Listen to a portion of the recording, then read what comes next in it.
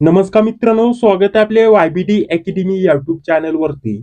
या व्हिडिओच्या माध्यमाने आज आपण भूमी अभिलेख पदभरती 2025 यासाठी ऑनलाईन अर्ज घर बसल्या न चुकता कसा भरायचा आहे याच्याबद्दल डिटेलमध्ये माहिती आजच्या या व्हिडिओच्या माध्यमाने आपण जाणून घेणार आहोत. तर त्यासाठी नक्कीच या व्हिडिओला पूर्ण बघा.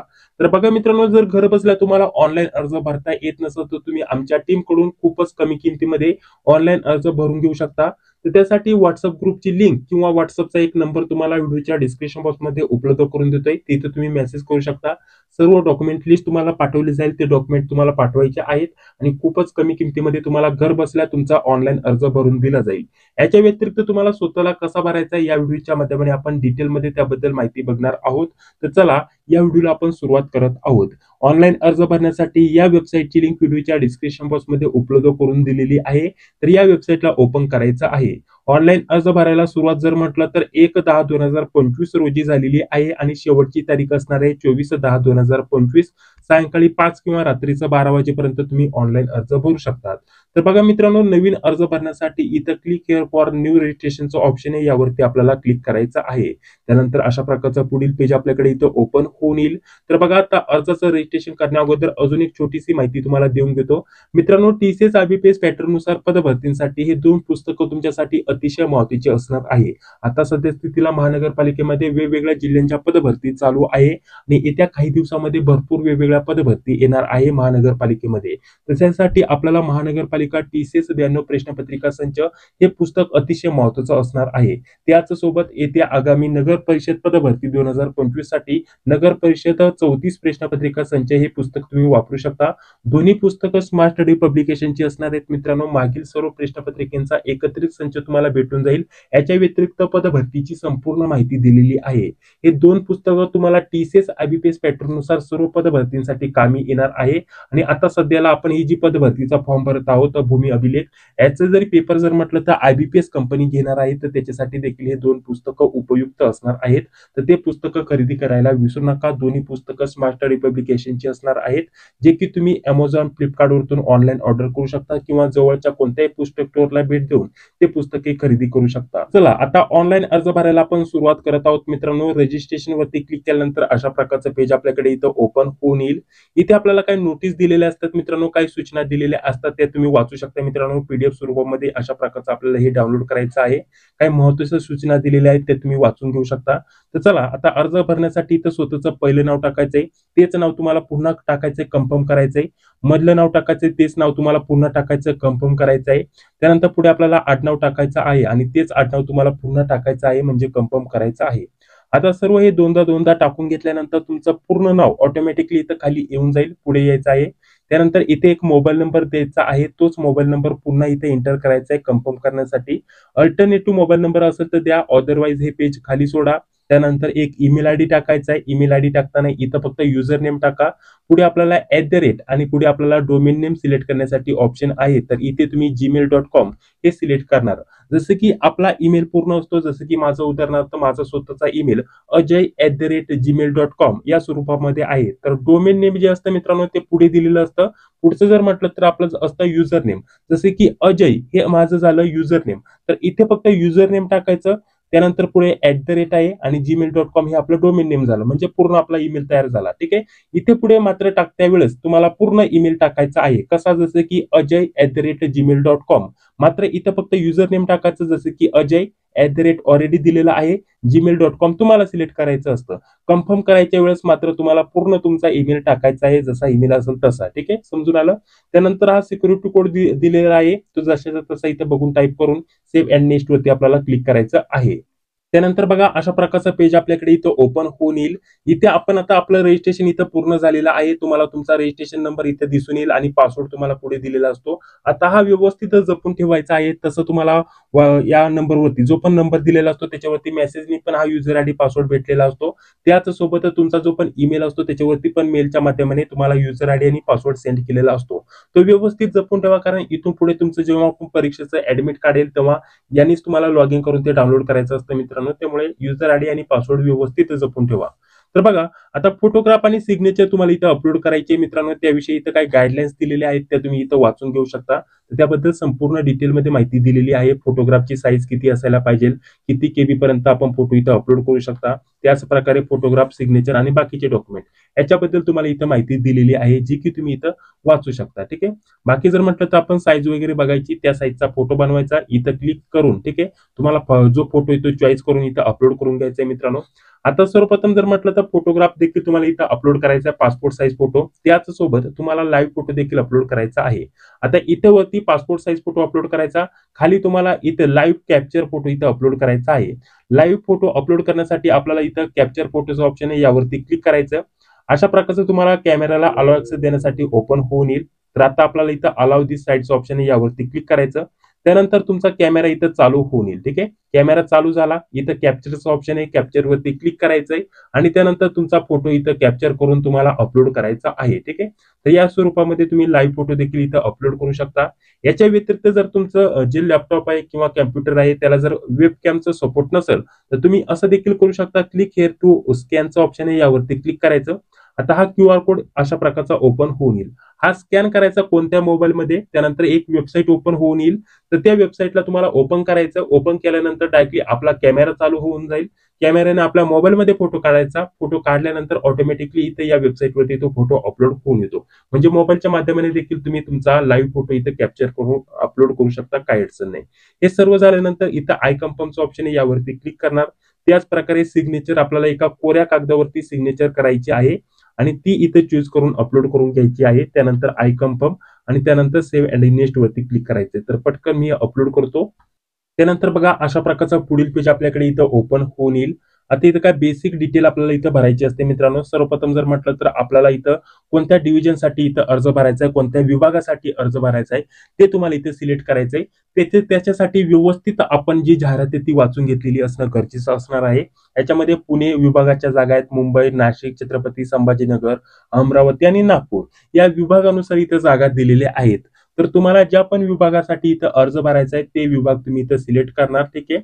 तर हे सिलेक्ट केल्यानंतर पुढे यायचे. पुढे आपल्याला कॅटेगरी सिलेक्ट करायची आहे. तर जसं की उदाहरणार्थ मी इथे एसटी कॅटेगरी सिलेक्ट केली. आता इथे जेव्हा तुम्ही कॅटेगरी सिलेक्ट करता त्याच्यानुसार इथून खालचे जे ऑप्शन येतात ते काही एनेबल असतील, काही डिसेबल असतील.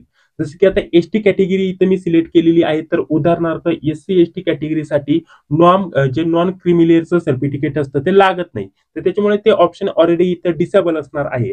मात्र बाकी इतर कॅटेगरी सिलेक्ट केले तर ज्यांना पण ते लागू असतं तर त्यांना येस नो तिथे सिलेक्ट करावं लागणार आहे. तर ते पुढे तुम्हाला समजून येईल. तर त्याच्यामुळे जे पण ऑप्शन तुमच्या कॅटेगरीनुसार एनेबल असतील तेच सिलेक्ट करा, बाकीचे नाही झाले तरी काही अडचण नाही. ठीक आहे. तसं आपण बाकीची माहिती बघूयात. जसं की इथं आपल्याला विचारलेलं आहे तुम्ही अपंग वगैरे आहेत का, म्हणजे दिव्यांग वगैरे व्यक्ती आहे का. जर तुम्ही दिव्यांग असाल तर येस वरती क्लिक करणार. तर बघा हे एनेबल झालं. तर तुम्हाला इथं कॅटेगरी सिलेक्ट करायची आणि टाईप सिलेक्ट करायचा आहे, दिव्यांगाचा प्रकार सिलेक्ट करायचा आहे. दिव्यांग नसेल तर तुम्हाला फक्त नो वरती सिलेक्ट करायचंय. पुढे काहीच भरायचं नाही, डायरेक्टली खाली यायचंय. खाली आल्यानंतर आपल्याला इथे बघा पुढे काय विचारलेलं आहे, नॉन क्रिमिलियरचं सर्टिफिकेट. ठीक आहे. सांगितल्याप्रमाणे आता जी कॅटेगरी मी सिलेक्ट केली त्याला लागू होत नाही, त्याच्यामुळे हे एनेबल डिसेबल आहे. ठीक आहे. सॉरी, हे ऑप्शन डिसेबल आहे. ठीक आहे. तुमच्या कॅटेगरीला ते लागू असेल तर ते ऑप्शन एनेबल असणार, तेव्हा तुम्ही होय वरती क्लिक करून बाकीची माहिती त्याच्याबद्दल देऊ शकता. ठीक आहे. तर ठीक आहे. पुढे आल्यानंतर आपल्याला काय काय भरायचं ते आपण जाणून घेऊयात. आता इथे हे झाल्यानंतर आपल्याला इथं म्हटलेलं आहे जात प्रमाणपत्र तुमच्याकडे आहे का. ठीक आहे. तर जातीचा दाखला असणं गरजेचं असणार आहे कॅटेगरी मधून फॉर्म भरण्यासाठी. तर येस वरती आपण क्लिक करणार. त्यानंतर जात वैधता प्रमाणपत्र म्हणजेच कास्ट व्हॅलिडिटी, तुमची जात पडताळणी झालेली आहे का विचारले असेल तर येस करा, अदरवाईज नो वरती तुम्ही क्लिक करू शकता. त्यानंतर ईडब्ल्यूएस याच्यामधून अर्ज भरत आहात का तुम्ही, त्याच्यामध्ये येतं का असं विचारलं जात आहे. तर हे ऑप्शन देखील इथे डिसेबल दाखवत आहे, कारण मी जी कॅटेगरी सिलेक्ट केलेली आहे तर त्याला ते सर्टिफिकेट लागू होत नाही. ठीक आहे. तर त्याच्यामुळे ते डिसेबल आहे. बाकीच्या कॅटेगरीसाठी ते एनेबल असेल, तर तुमच्याकडे असेल तर येस वरती तुम्ही क्लिक करणार. ठीक आहे. ही गोष्ट लक्षात घ्या. त्यानंतर पुढे बघा आपल्याला एक सर्व्हिसमॅन याच्याबद्दल माहिती विचारली. तुम्ही असेल तर येस करा, अदरवाईज नो. माजी सैनिक याच्याबद्दलच तुम्हाला त्याच्याबद्दलच माहिती विचारली असेल तर येस करा, अदरवाईज नो. त्यानंतर आपल्याला विचारलेले यामध्ये युद्धात किंवा सैन्य दलात यामध्ये तुमचे काही कुटुंबित व्यक्ती असेल ते मृत्यू पावलेले आहेत का याच्या अगोदर कधी. ठीक आहे. किंवा अपंग वगैरे झालेले आहे का असं बद्दल माहिती विचारली. असं काय झालेलं असेल तर तुम्ही इथं येस करू शकता, अदरवाईज नो. त्यानंतर पुढे जर म्हटलं तर त्याच्या संदर्भातच इथं माहिती विचारली. पुढे आपल्याला विचारले अर्जदार महिला आरक्षणाअंतर्गत अर्ज भरत आहात का? आता महिला उमेदवार असेल तर ते येस करू शकता, अदरवाईज नो. ठीक आहे. त्यानंतर पुढे बघा, पुढे आपल्याला प्रत्येक ठिकाणी जर म्हटलं तर नोटमध्ये काय महत्त्वाच्या सूचना दिलेल्या आहेत. जसे की आता इथं खेळाडूंबद्दल इथं माहिती दिलेली आहे. तर खेळाडूंसाठी त्याच्याबद्दल इथं काय महत्त्वाची माहिती दिलेली आहे. जर तुम्ही असाल खेळाडू वगैरे तर येस करा, अदरवाईज नो. खेळाडू जर असाल तर त्याचं प्रमाणपत्र तुमच्याकडे इथं असणं गरजेचं असणार आहे. ठीक आहे. त्याच प्रकारे आपल्याला बघा पुढे जर म्हटलं तर प्रकल्पग्रस्त आहात का असं विचारले, तुम्ही येत असेल त्याच्यामध्ये तर येस करा, नाहीतर नो. त्यानंतर पुढे भूकंपग्रस्त विचारले असेल तर येस करा, अदरवाईज नो. अशाच प्रकारे आपल्याला विचारले अंशकालीन पदवीधर आहात का? येस नो तुम्ही करू शकता. अनाथ वगैरे आहात का? तर असेल तर येस करा, अदरवाईज नो. जर अनाथ असेल तर येस वरती तुम्ही क्लिक केल्यानंतर तुम्हाला प्रवर्ग इथे सिलेक्ट करावा लागणार आहे मित्रांनो. ठीक आहे. अशा प्रकारे तर इथं मी नो सिलेक्ट करतो. त्यानंतर आपल्याला विचारलेले आहे महाराष्ट्राचे तुम्ही आदिवासी आहात का? तर कंपल्सरी येस वरती क्लिक करावं लागणार आहे. त्यानंतर इथे बघा हे ऑप्शन डिसेबल आहेत, तर इथं आपण काहीच करणार नाहीये. त्यानंतर पुढे बघा, पुढे आपल्याला विचारलेलं आहे तुम्ही माजी सैनिकाचे जे पण पाल्य वगैरे म्हणजे मुलगा मुलगी आहात का किंवा पत्नी वगैरे आहात का? तर असेल तर येस करा, अदरवाईज नो. इथे एक गोष्ट लक्षात घ्या मित्रांनो, इथं आपल्याला विचारलेलं आहे तुम्ही महाराष्ट्र कर्नाटक सीमा भागातील दावा असलेल्या 865 गावांमधील मराठी भाषिक भाषिक उमेदवार आहात का? याचा अर्थ काय असतो माहिती की मित्रांनो, काही पदभरतींसाठी हे एनेबल असतं किंवा तुम्ही जेव्हा फॉर्म भरता तेव्हा जर एनेबल असेल तर तुम्हाला तिथं नो वरती क्लिक करायचंय. कारण महाराष्ट्र आणि कर्नाटक आता याची जी सीमा आहे मित्रांनो, त्याच्यामध्ये काही गाव येतात जे की महाराष्ट्रामध्ये पण धरले जातात आणि कर्नाटकमध्ये पण धरले जातात. त्यांना मराठी भाषा येते त्याच्यामुळे ते महाराष्ट्रामध्ये पण धरले जातात. तर तेथील जे 865 गावं आहेत मित्रांनो, ते महाराष्ट्रातील देखील पदभरतीसाठी अर्ज भरू शकतात. ठीक आहे. तर त्यांच्यासाठी इथं ही माहिती दिलेली असते मित्रांनो. तर त्याच्यामध्ये जर तुमच्या त्या गावांचा समावेश असेल आणि त्या गावचे तुम्ही रहिवासी उमेदवार असाल तर तुम्ही तेव्हा इथे येस करा, अदरवाईज नो वरती क्लिक करा मित्रांनो. हे सर्वांसाठी नाहीये. जे त्या भागामध्ये आहेत महाराष्ट्र आणि कर्नाटक सीमा भागात त्यांना ऑलरेडी ते माहिती आहे, तर तेच तिथे येस करणार, अदरवाईज एनेबल असलं तरी नो वरती तुम्हाला क्लिक करायचं आहे. ठीक आहे. तर बघा, पुढे आपल्याला विचारलेलं आहे 1991 चे तुम्ही जनगणना कर्मचारी आहात का? तेव्हा तुम्ही तिथं काम केलेलं आहे का? 1991च्या दरम्यानमध्ये तुम्ही जनगणना कर्मचारी होते का? असेल तर येस करा, अदरवाईज नो. त्याच्यानंतर 1994च्या नंतर तुम्ही जनगणना कर्मचारी होते का? निवडणूक कर्मचारी होते का? असेल तर येस करा, अदरवाईज नो. त्यानंतर आपल्याला पुढे विचारलेले आहे तुम्ही आत्महत्याग्रस्त शेतकऱ्याचे पत्नी किंवा पाल्य आहात का? असेल तर येस करा, अदरवाईज नो. ठीक आहे. त्यानंतर पुढे यायचं, पुढे आपल्याला धर्म सिलेक्ट करण्यासाठी ऑप्शन आहे. इथे सर्व धर्म दिलेले आहेत, जे पण असतात ते तुम्ही सिलेक्ट करू शकता. त्यानंतर आपल्याला विचारलेलं आहे तुम्ही आधार पडताळणीची सहमती आहात का? म्हणजे तुमची सहमती आहे का आधार पडताळणीसाठी? तुम्ही येस करू शकता, अदरवाईज नो. येस केलं तर आधार कार्डचा नंबर टाकायचा, पॅन कार्डचा नंबर टाकायचा. तुम्ही इथं आधार पडताळणी इथं करू शकता मित्रांनो, काही अडचण नाही. सध्या स्थितीला नसेल करायचं डायरेक्टली नो करू शकता, काही अडचण नाही. तुम्हाला तरी देखील फॉर्म भरता येईल. त्यानंतर पुढे आल्यानंतर पुढे आपल्याला बघा, इथे आपल्याला परीक्षा केंद्र निवडायचे आहेत. तर 3 जवळील परीक्षा केंद्र तुम्ही इथे निवडून देणार, जे की तुमच्या जवळील असतील, जिथे तुम्ही एक्झामला जाऊ शकता. त्यानंतर पुढे आपल्याला जन्म दिनांक सिलेक्ट करायची आहे, डे, मंथ, इयर या स्वरूपामध्ये. ठीक आहे. तर जी पण जन्मतारीख असेल ती तुम्ही इथे सिलेक्ट करणार. ठीक आहे. त्यानंतर अशा प्रकारचं येईल, ओकेचं ऑप्शन आहे, ओके वरती क्लिक करायचं. तुमची पूर्ण जन्मतारीख टाकल्यानंतर तुमचं पूर्ण वय किती झालेलं आहे ते तुमच्याकडे इथे येऊन जाईल. लिंग मेल फिमेल जे पण असेल ते तुम्ही इथे सिलेक्ट करणार. पुढे आपल्याला विचारलं आहे तुम्ही जुळे भावंड आहात का? असेल तर येस करा, आहे. त्यानंतर जुळ्या भावंडाचं नाव इथे तुम्हाला टाकायचं आहे. जे जुळं भावंड आहे ते मेल आहे की फिमेल आहे ते तुम्हाला टाकायचं आहे. जर जुळे भावंड नसेल तर नो वरती फक्त क्लिक करायचे, बाकी 2 ऑप्शन इथे डिसेबल होऊन जातील. इथे आपल्याला मॅरिटल स्टेटस मॅरिड अनमॅरिड जे पण असेल ते तुम्ही इथे सिलेक्ट करू शकता. ठीक आहे. जर मॅरिड वरती तुमचं लग्न झालं असेल तर मॅरिड वरती सिलेक्ट करणार. पत्नीचं किंवा पतीचं नाव तुम्ही इथे टाकणार. ठीक आहे. ही गोष्ट लक्षात घ्या. आणि नसेल झालं तर फक्त अनमॅरिड वरती क्लिक करायचं, इथे काही टाकण्याची गरज नाही. त्यानंतर इथे वडिलांचं नाव टाकणार, इथे आपण आपलं आईचं नाव टाकणार, खाली येणार. इथे आपल्याला पत्ता द्यायचा आहे मित्रांनो. इथे संपूर्ण पत्ता टाकायचा. आधार कार्ड वरती जसा पत्ता असतो लाईन 1 वरती, पत्ता 1 वरती संपूर्ण आधार कार्ड वरती जसा पत्ता असतो तसा पत्ता टाकायचा. इथं तालुक्याचं नाव टाकायचं, लाईन पत्ता 2चं ऑप्शन आहे तिथं आपल्या तालुक्याचं नाव टाकायचं आणि पत्ता 3 मध्ये आपल्या गावाचं नाव टाकायचं. त्यानंतर इथं जिल्ह्याचं नाव टाकायचं, आपल्याला आपलं राज्य सिलेक्ट करायचं. ठीक आहे. राज्य सिलेक्ट केल्यानंतर पिन कोड टाकायचा, आपला पत्त्याचा ऍड्रेसचा पिन कोड. ठीक आहे. इथे वरती आपण सध्याचा राहण्याचा पत्ता देत असतो, खाली जर म्हटलं तर कायमस्वरूपी राहण्याचा पत्ता देत असतो. ठीक आहे. दोन्ही ऍड्रेस पत्ते एकच असेल मित्रांनो तर वरतीच फक्त ऍड्रेस टाकायचा, इथे चेकबॉक्स टिक मार्क करायचा. वरती जो ऍड्रेस दिलेला असतो तोच खाली कॉपी पेस्ट होऊन येईल, आपल्याला पुन्हा पुन्हा टाकायची गरज नाही. पुढे आल्यानंतर इथे बँक डिटेल द्यायची मित्रांनो. सर्वप्रथम जर म्हटलं तर ज्याची पण अकाउंटची माहिती देणार आहात तर त्याचं अकाउंटवरती जसं नाव आहे ते नाव तुम्हाला इथे टाकायचंय. आता हे का टाकावं लागतं ते देखील सांगतो मित्रांनो. काही कारणास्तव पदभरती जर रद्द झाली किंवा काही कारणास्तव पुन्हा होणार असेल, अशी शक्यता होत नाही. 90% तसं काही होत नाही. परंतु काही कारणास्तव जागांमध्ये बदल झाला तर पुन्हा जर म्हटलं तर फॉर्म भरून घेतले जातात. काही कारणास्तव थोडी पदभरती पुढे मागे होऊ शकते. तर त्याच्यामुळे ते जे पेमेंट असतं, आपण आता जे परीक्षा शुल्क भरणार आहे 900 किंवा 1000 ते रिटर्न करण्यासाठी ते बँकेची माहिती घेतली जात असावी असं मला वाटतं. कारण आता मागे कसं झालं मित्रांनो, मागे आदिवासी विकास विभाग पदभरती झाली. तर ती पदभरती पहिल्यांदा जाहिरात आली 2023 मध्ये, तेव्हा नाही झाली. पुन्हा 2024 मध्ये जाहिरात आली, पुन्हा नव्याने फॉर्म भरून घेतले. तर मागे ज्यांनी फॉर्म भरले होते त्यांचे पेमेंट रिटर्न करण्यासाठी वेबसाईट झाली होती. तर तिथं पुन्हा बँकेची माहिती भरायला आली होती. तर तसं ना हो, त्याच्यामुळे आधीच इथे बँकेची माहिती घेतली जात आहे.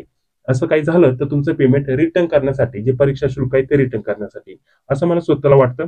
त्याच्यामुळे तुम्ही कोणतीही माहिती दिली बँकेची, कोणत्याही उमेदवाराची माहिती दिली तरी चालेल. म्हणजे तुमचं न स्वतःची देता बाकी इतर कोणाची दिली तरी चालेल.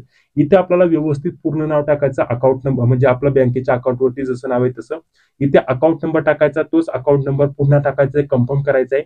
त्यानंतर बँकेचं नाव आणि त्यासोबत शाखा कोणत्या ठिकाणी आहे ते तुम्हाला टाकायचं. म्हणजे आपल्याला कोणत्या ठिकाणची शाखा आहे आणि बँकेचं नाव. त्यानंतर खात्याचा प्रकार सेव्हिंग करंट जे पण असेल ते तुम्ही इथे निवडणार आणि आयएफएससी कोड टाकणार. ठीक आहे. त्यानंतर परीक्षा शुल्क किती भरायचे ते तुमच्याकडे इथे येऊन जाईल. त्यानंतर इथे व्हॅलिडेट युअर डिटेलचं ऑप्शन आहे, यावरती क्लिक करून सेव्ह अँड नेक्स्ट यावरती क्लिक करायचं आहे. तर बघा, त्यानंतर अशा प्रकारचं पेज आपल्याकडे इथं ओपन होऊन येईल. इथे एज्युकेशनल क्वालिफिकेशन याच्याबद्दल माहिती इथे टाकायची आहे. जसं की इथं आपल्याला सर्वप्रथम जर म्हटलं तर इथं 10वीची माहिती इथे टाकायची आहे. बोर्डाचं नाव आपल्याला टाकायचं आहे. फक्त उदाहरणार्थ थोडीफार चुकीची माहिती भरतो, पटकन आपल्याला फॉर्म कसा भरायचा सांगण्यासाठी. तुम्ही मात्र व्यवस्थित अर्ज भरा. ठीक आहे. चुकीची माहिती भरू नका. तर बघा, इथे आपल्याला सर्वप्रथम जर म्हटलं तर बोर्डाचं नाव टाकायचं आहे. त्यानंतर 10वी कधी पास केली त्याची दिनांक तुम्हाला टाकायची आहे. ही दिनांक तुमचं 10वीचं जे बोर्ड सर्टिफिकेट असतं त्याच्यावरती दिलेली असते. व्यवस्थित बघा, बोर्ड सर्टिफिकेटवरती काय तारीख आहे ती तुम्हाला इथे मेन्शन करायची आहे. त्यानंतर पर्सेंटेज जे पण असतील ते तुम्ही इथे मेन्शन करणार. तुम्ही फर्स्ट क्लास, सेकंड क्लास किंवा पास क्लासमध्ये पास झालेला आहात ते तुम्ही सिलेक्ट करणार. त्यानंतर आयटीआय तुमचा झाला असेल तर आयटीआय तुम्ही इथे मेन्शन करू शकता मित्रांनो. ठीक आहे. आयटीआय कशामध्ये झाला ते तुम्ही इथे ट्रेड वगैरे सिलेक्ट करू शकता. जे पण तुमचं एज्युकेशन झालेलं असेल ते तुम्ही इथे सिलेक्ट करू शकता व्यवस्थित. ठीक आहे. तर जसं की इथं मी हे टाकतो, उदाहरणार्थ फक्त सांगण्यासाठी हे सिलेक्ट करतो, त्याच्यामुळे पटपट ही माहिती भरतो. ठीक आहे. तर यानुसार कधी उत्तीर्ण केली तर आपल्या सर्टिफिकेटवरती उत्तीर्ण दिनांक असेल ती मेन्शन करायची. बाकी जर म्हटलं तर श्रेणी आपल्याला इथे सिलेक्ट करायची आहे. त्याच प्रकारे तुमचं 12वी जरी झालं असेल तर 12वीची देखील तुम्ही माहिती टाकू शकता. 8 मधून झालं असेल तर 8 टाका, सायन्स, कॉमर्स जे पण असेल ते तुम्ही इथे मेन्शन करू शकता. काही अडचण नाही. दिनांक तुम्हाला इथे मेन्शन करायची आणि पर्सेंटेज तुम्हाला इथं टाकायचे आहेत. ठीक आहे. त्यानंतर या स्वरूपामध्ये ही संपूर्ण माहिती भरून घ्यायची आहे मित्रांनो.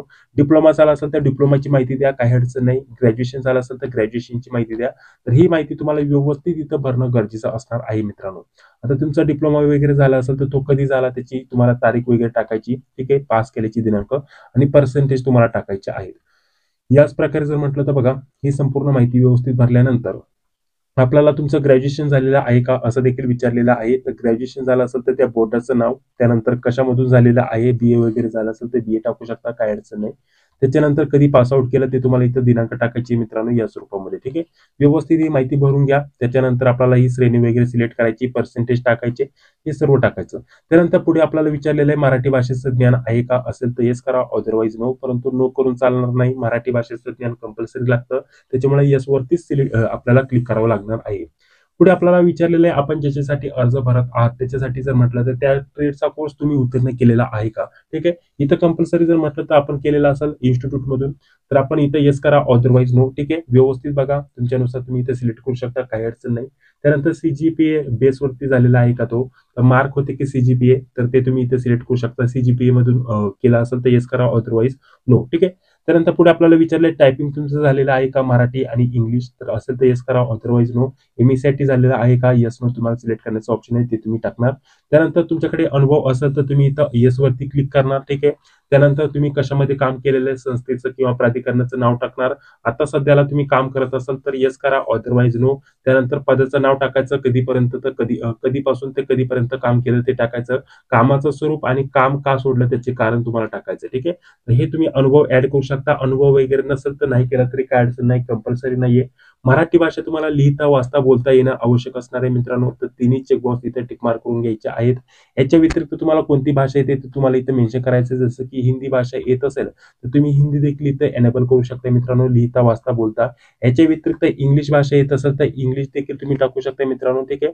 अशा स्वरूपामध्ये. तर इंग्लिश देखील तुम्ही टाकू शकता. या स्वरूपामध्ये लिहिता वाचता बोलता येत असेल तर तुम्ही इथे एनेबल करणार नाही, तर नाही टाकलं तरी काही अडचण नाही. त्यानंतर व्हॅलिडेट युअर डिटेल्सचं ऑप्शन आहे, इथं वरती क्लिक करायचं. त्यानंतर ओकेचं ऑप्शन आहे, ओके वरती क्लिक करायचं. व्हॅलिडेट सक्सेसफुल होऊन येईल, तिथं सेव्ह अँड नेक्स्ट वरती आता क्लिक करायचं आहे.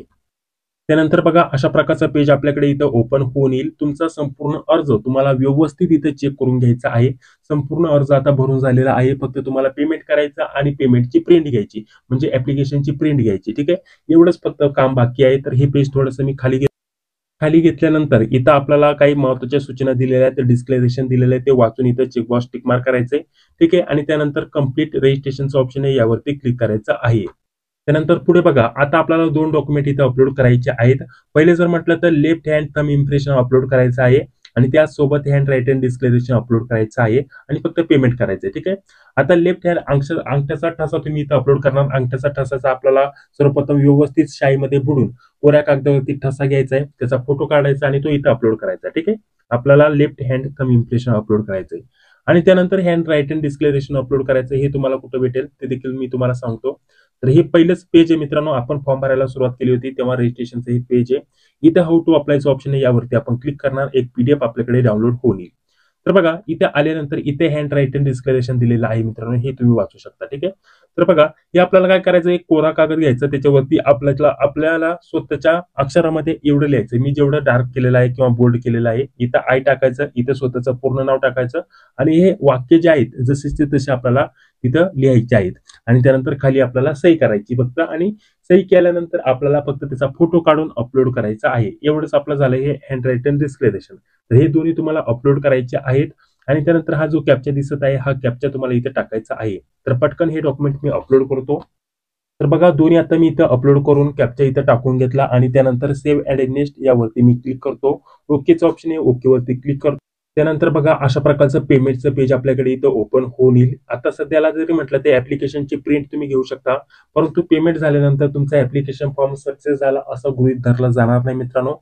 तर आता आपल्याला काय करायचंय, पेमेंट करायचंय मित्रांनो आणि त्यानंतर ॲप्लिकेशनची प्रिंट घ्यायची. तर ॲप्लिकेशनची प्रिंट तुम्ही पुन्हा या वेबसाईटला भेट देऊन इथे आपल्याला लॉग इनचं ऑप्शन असतं मित्रांनो. लॉग इनवरती क्लिक करून तुम्हाला रजिस्ट्रेशन नंबर टाकायचा, जो पासवर्ड आला होता तो पासवर्ड टाकून कॅप्चा टाकून इथे सबमिटचं ऑप्शन आहे, सबमिटवरती क्लिक करून तुम्ही तुमची ॲप्लिकेशनची प्रिंट घेऊ शकता.